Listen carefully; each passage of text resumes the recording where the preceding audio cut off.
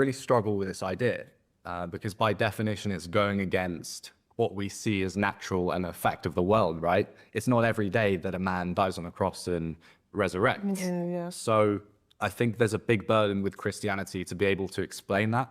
And from all the accounts I've read, there is no one there that was an eyewitness to this thing. It's always written 20 years after the fact. And there are things like the 500. Apparently 500 people saw Jesus after he had resurrected. This has no actual good grounding. First of all, how did he know? How did he know it was 500 and not 400, 300?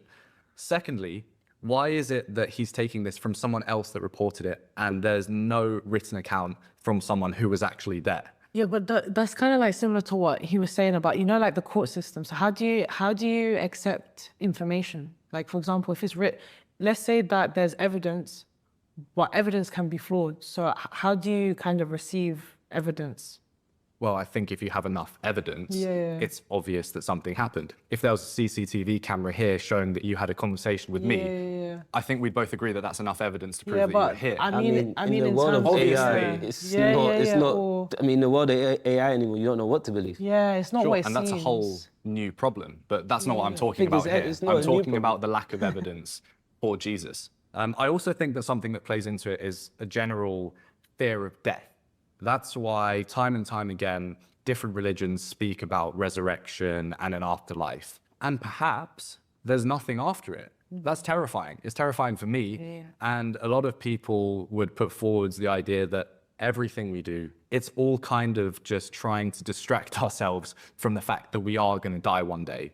And I don't know for sure, but it seems very plausible that religion and stories of resurrection can be one of the many ways to deal with this scary idea of death. So as an atheist, what's the thought process? You die and then? Same as before I was born. Nothing. Nothing. Who knows? Fair enough. Your view, Charlotte? I believe in reincarnation, but not resurrection. When Jesus died, do you believe that he resurrected? I do, but I don't have any proof of it. But I do believe in that.